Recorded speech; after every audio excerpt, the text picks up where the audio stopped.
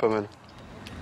Une fois les grappes déposées dans les paniers, il ne faut plus attendre. Et les tracteurs se dirigent vers les pressoirs, convoyés avec attention par des vignerons au regard affûté, qui trient toujours et encore.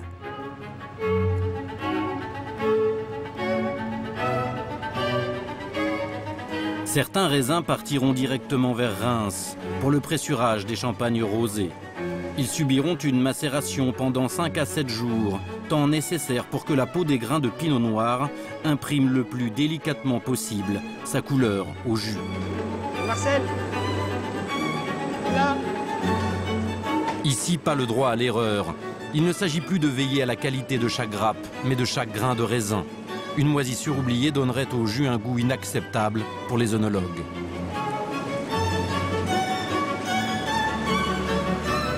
Au cœur des vignes, les tracteurs alimentent les vendangeoirs sans relâche tout au long de la journée.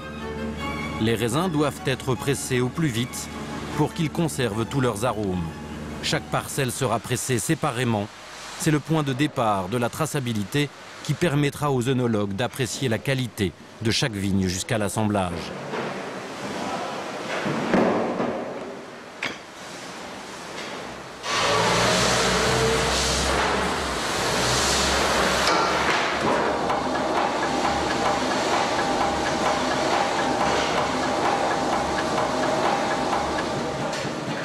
Ici, pour obtenir un jus clair et limpide, le pressoir laissera le temps aux raisins de livrer leur richesse.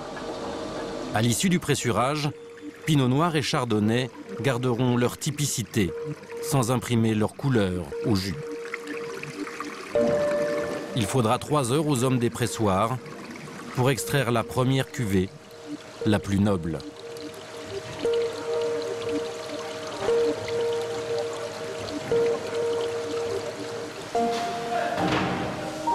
Pendant toutes les vendanges, les pressoirs de Hailly, Verzenay et Avise tournent 24 heures sur 24. Dans la Côte des Blancs, à Avise, le pressoir de dernière génération applique la même finesse de pressurage, sous l'œil de vignerons maîtrisant parfaitement les nouvelles technologies, mais surtout formés et nourris du savoir-faire qu'exige le pressurage traditionnel.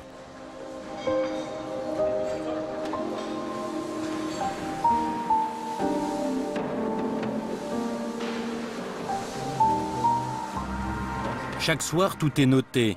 Les quantités de raisins pressés, la durée du pressurage pour chaque parcelle. Autant de nouvelles informations fournies à Johan sur la qualité des raisins. Nombre de kilos. C'est bon? Ça marche? Donc ça veut dire qu'on a fini demain. Ouais. On coupe là. Dernier jour de vendange. Et comme au premier jour, les cueilleurs sélectionneront chaque grappe avec attention.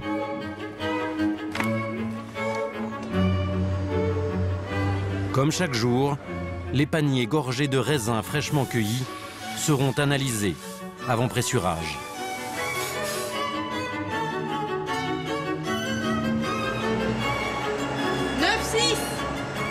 9 degrés 6.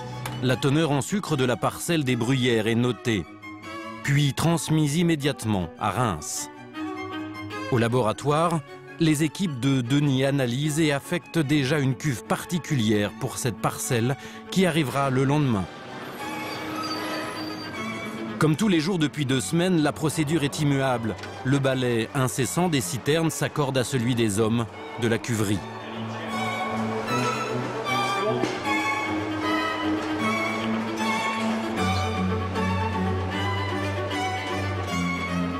Alors que la parcelle des bruyères rejoint sa nouvelle demeure, d'autres échantillons sont prélevés et analysés. Ici, les appréciations des œnologues sur le terrain se transforment en chiffres et données précises.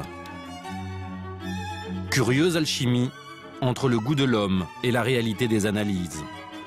Les œnologues se nourriront de tous ces paramètres complexes pour dresser un bilan des vendanges et tirer des conclusions pour les années à venir. Bien. Ce dernier jour, Jean-Baptiste Lécaillon et Frédéric Rouzot profitent une dernière fois de l'ambiance des vendanges. Non, la grosse difficulté, ça a été de définir les bonnes dates de vendange. Je pense que ça a été le Mais je plus crois qu'on a difficile. on a bien fait de démarrer avant. Et Johan n'a pas arrêté de tourner, de trouver quelle était la parcelle, de changer les équipes. Et ça, je pense que tout a été difficile cette année. Une année très pointue. Une année très pointue, une année difficile, mais comme chaque année. C'est d'ailleurs ce qui passionne et motive les œnologues et vignerons. Passionnés, véritables chercheurs, ils n'ont qu'une obsession, approcher la perfection dont ils repoussent les limites de saison en saison. C'est avec cette passion de la vigne, du raisin et de la création de champagnes rares que Frédéric Rouzeau, actuel directeur général, a grandi. Élevé dans cette maison située à proximité des routes qui mènent au vignoble, érigée juste à côté des caves, l'histoire de sa famille y est toujours présente. Louis Roederer, le premier, a été très entreprenant et assez visionnaire parce qu'il a eu cette vision extraordinaire d'acheter des vignes. En 1850, on avait pratiquement 100 hectares de vignes, déjà, dans les grands crus. Et je dis il a eu cette vision parce qu'en 1850, quand on était négociant en vin de champagne, il valait mieux acheter des raisins, ça coûtait rien, plutôt que d'avoir des chevaux, cultiver la vigne, etc. Donc, non seulement il a eu la vision d'acheter des vignes pour pouvoir contrôler la qualité vraiment du début, mais en plus, il ne s'est pas trompé parce qu'il les a achetés dans les grands crus, donc dans les villages.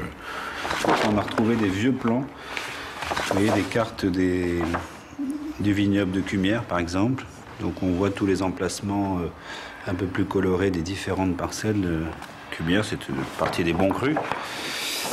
Et puis, donc c'est sympa parce que c'est des plans qui ont été faits avec la liste des... Vous voyez la liste de chaque parcelle, la surface, savoir si c'était planté ou pas, les lieux-dits de chaque parcelle, donc avec tous les noms qu'on connaît bien aujourd'hui, les Pissenard, les Voyettes, les Champs Saint-Martin, etc. Louis Roederer laisse à sa descendance une maison florissante. En 1932, Léon Olry Roederer décède. Sa femme Camille prend la tête de la maison. Je peux dire qu'elle a sauvé la maison, mais elle a hérité de la maison en 1932. Le marché russe avait été perdu entre 14 et 18. La prohibition aux États-Unis, la crise de 29, enfin bref, elle a hérité de cette maison en 1932 où vraiment la maison était pratiquement au bord du dépôt de bilan, presque en faillite. L'arrière-grand-mère de Frédéric a laissé une forte empreinte dans la maison. Femme de poigne, son autorité naturelle résonne encore jusqu'au plus profond des caves. Quelqu'un qui lui demandait à quel moment il faut boire du champagne, il disait à tous les moments.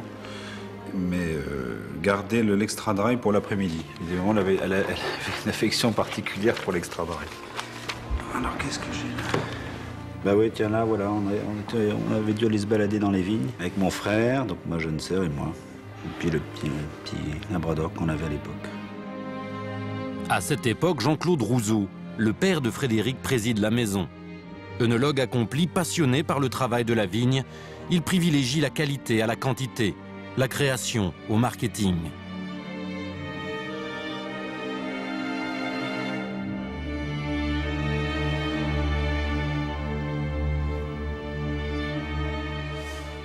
Alors des photos plus récentes, oui, moi j'ai retrouvé celle-là parce qu'elle est sympa, on se marre bien. Donc mon père, ma mère, mon frère et ma sœur Julia, voilà, et moi, évidemment, si vous me reconnaissez. Je crois que toute la famille est passionnée par le vin, par cette espèce de truc incroyable, un peu artistique, un peu très sensuel, très charnel, puisqu'on goûte des raisins, on boit du vin, et c'est vraiment un métier merveilleux. Moi, je dis toujours qu'on a beaucoup de chance d'être impliqué, par héritage certes, mais enfin impliqué dans ce métier, parce que c'est fantastique, et ça nous donne une espèce de sérénité comme ça. La sérénité d'une gestion familiale, posséder et maîtriser son propre vignoble, s'accorder le temps nécessaire à la création, un privilège rare en Champagne.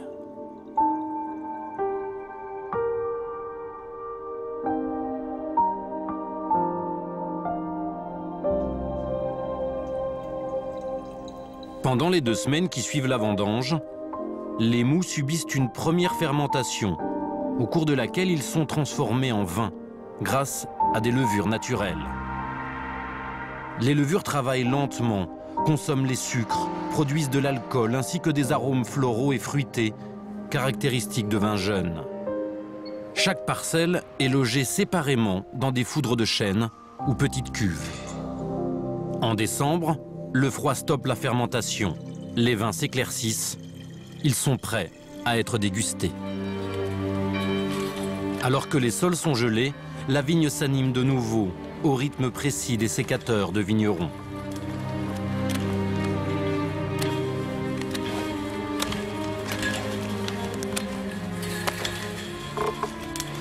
On regarde ce qui a été laissé l'année dernière à la taille. Donc on va tailler ici à 2 yeux en prenant le bourgeon le plus bas. Pareil également ici. Et plus on va faire donc une allonge ici, parce qu'on va avoir des grappes qui vont être bien espacées sur la totalité du fil liorne.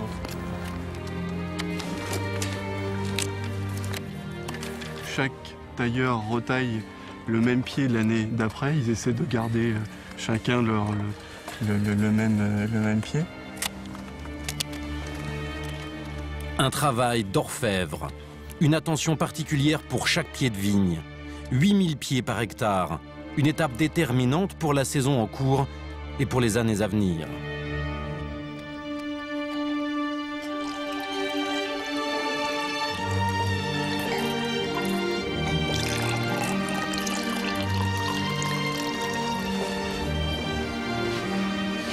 On aurait pu tailler d'ailleurs parce que... Le clos, pareil.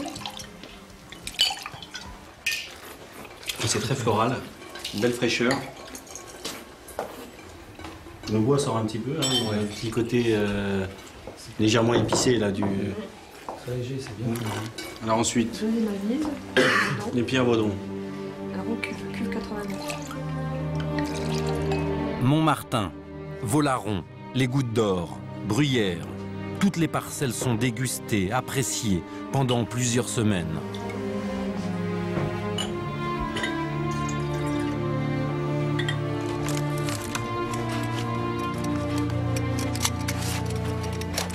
Une fois taillé, chaque pied de vigne, chaque brindille sont minutieusement liés au fil de fer qui les guideront dans leur épanouissement.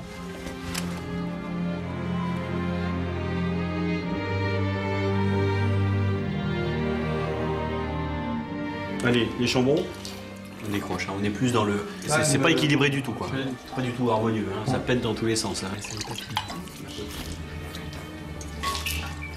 Pas tant que ça. Pas mal, hein. Oui. Légèrement poivré, la présence du malic hein, qui s'exprime. À fond. C'est vif. Mais c'est riche.